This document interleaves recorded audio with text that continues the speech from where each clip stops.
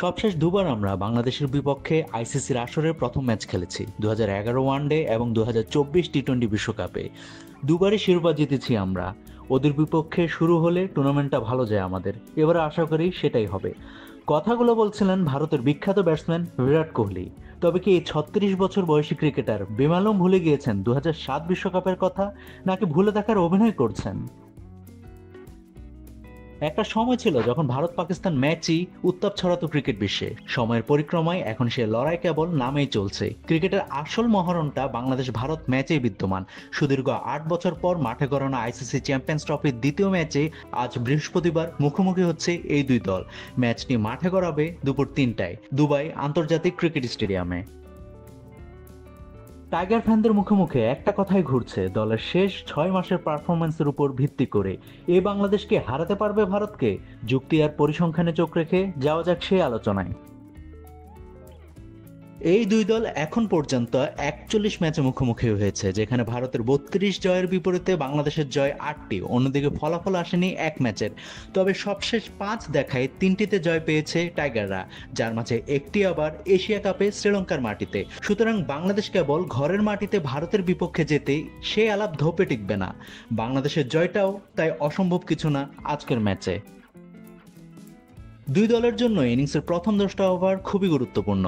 ভারতের অধিনায়ক রোহিত শর্মা নিজেকে বদলে ফেলে শেষ 1 বছর ওয়ানডেতে প্রথম বল থেকে আগ্রাসী ব্যাটিং করছেন। রোহিতের উইকেটটাও তাই দ্রুত তুলে নেওয়ার সুযোগ থাকছে বেশি। চতুর্থ স্টাম্প থেকে একটু খাটো লেন্থের ইনসুইং ডেলিভারিতে তিনি উইকেট দিয়ে আসছেন ইদানিং। বাংলাদেশের কোয়ালিটি পেস ইউনিটের তাই রোহিতকে ফেরাতে খুব বেশি বেগ পেতে হবে না। তবে রোহিত 10 ওভার টিকে গেলে ম্যাচের লাগাম বেরিয়ে যাবে বাংলাদেশের হাত থেকে। অন্যদিকে বিরাটও ভালো পেসের বিপক্ষে পঞ্চম স্টাম্পের বলে স্বাচ্ছন্দ্য বোধ করেন না। তাই টাইগার পেসারদেরই দায়িত্ব এই মহাতারকাকে সাজঘরে ফেরাবার।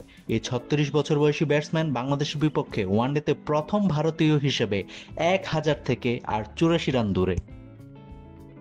তবে শুভমন গিল, শ্রেয়াস আয়ার, লোকেশ রাহুল এবং হার্দিক পান্ডিয়াদেরকে নিয়ে গড়া ভারতের মিডল অর্ডারের বিপক্ষে বাংলাদেশের স্পিনাররা কেমন করে সেটাই দেখার বিষয়। বোলারদের মূল লড়াইটা আসলেই এখানেই।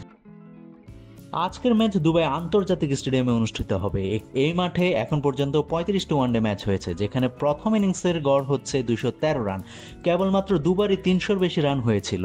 সুতরাং এটা স্পষ্ট যে স্পিন একটা বড় ভূমিকা পালন করবে এই উইকেটে। অন্যদিকে ভারতের স্কোয়াডে আছে 5 জন বিশেষজ্ঞ স্পিনার। আর এটা তো অজানা না যে আইসিসির যে কোনো বৈশ্বিক আসরে ভারত কিছুটা অতিরিক্ত সুবিধা পেয়ে থাকে।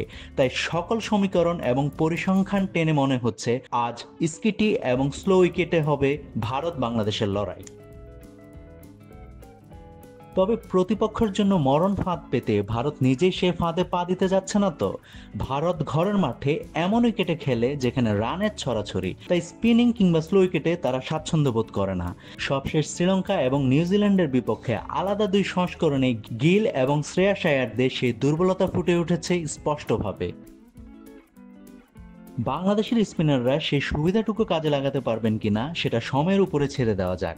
আজ বাংলাদেশের স্পিন বিভাগকে নেতৃত্ব দিবেন অলরাউন্ডার মেহেদী হাসান মিরাজ। তার সঙ্গে জুটি বাঁধার সম্ভাবনা বেশি বাঁহাতি স্পিনার নাসুম আহমেদের।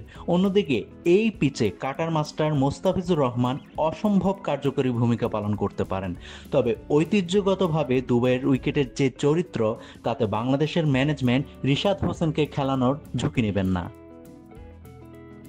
টাইগার ব্যাটিংয়ে বড় ভূমিকা পালন করতে পারেন তানজিদ হাসান তামিম। এই ব্যাটসম্যানের মূল সমস্যা গুড লেন্থ থেকে একটু পেছনে পড়ে লাফিয়ে ওঠা বল। তবে জাসপ্রীত বুমরা যেহেতু খেলছেন না, তাই জুনিয়র তামিমকে সেই ঝামেলায় ফেলতে পারার মতো বলার ভারতের হাতে নেই। অন্যদিকে বাংলাদেশের একাদশটা মোটামুটি সবারই জানা। তবে তাহিদ হৃদয় নাকি জাকির আলী অনেক খেলবেন প্রথম একাদশে, সেটা নিয়ে আছে ধোঁয়াশা। কোটি মানুষের আস্থার ভালোবাসায় 11 বারের মতো দেশের 1 নম্বর রেফ্রিজারেটর ব্র্যান্ড ওয়ালটন। অন্যদিকে ভারতের প্রথম 6 ব্যাটসম্যানই ডানহাতি, তাই প্রয়োজনে অক্ষর প্যাটেল কিংবা রবীন্দ্র জাদেজা একটু উপরের দিকে উঠে ব্যাট করতে পারেন। ভারতের ঋষভ পান্থের পরিবর্তে লোকেশ রাহুলই খেলবেন উইকেট কিপার হিসেবে। অন্যদিকে স্পিনার কুলদীপ যাদবের পরিবর্তে রহস্যময় স্পিনার বরুণ চক্রবর্তীকে দেখা যেতে পারে আজকের একাদশে। Navid Hasan, Rising BD.